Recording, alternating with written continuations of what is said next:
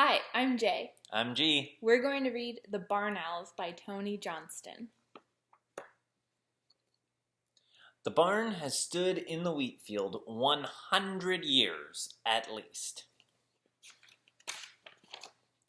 Owls have slept there all day long and dozed in the scent of wheat. Sometimes by day an owl awakes to a shadow, or nothing at all, and leaves the barn through a bale of light, and glides to the top of an oak and calls. Sometimes nothing answers. Sometimes something does. Sometimes by day an owl goes floating away to where wheat and sky are one. Then it floats back to the barn. By night, one by one, stars come out and blink.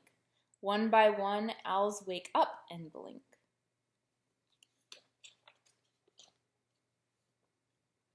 And hunt for mice while moons swell and shrink.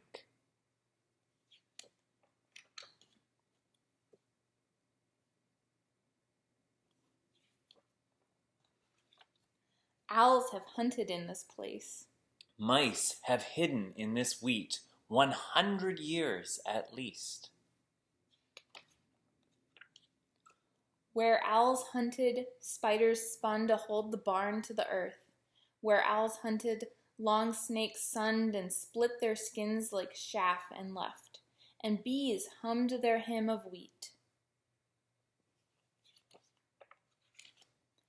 Eggs have hatched in the loft of the barn, one by one, white and warm.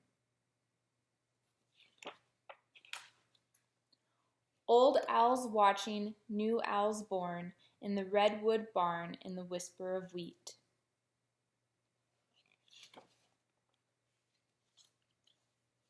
To grow up and sleep and wake and blink.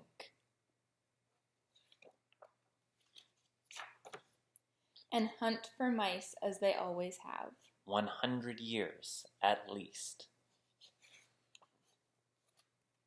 The end.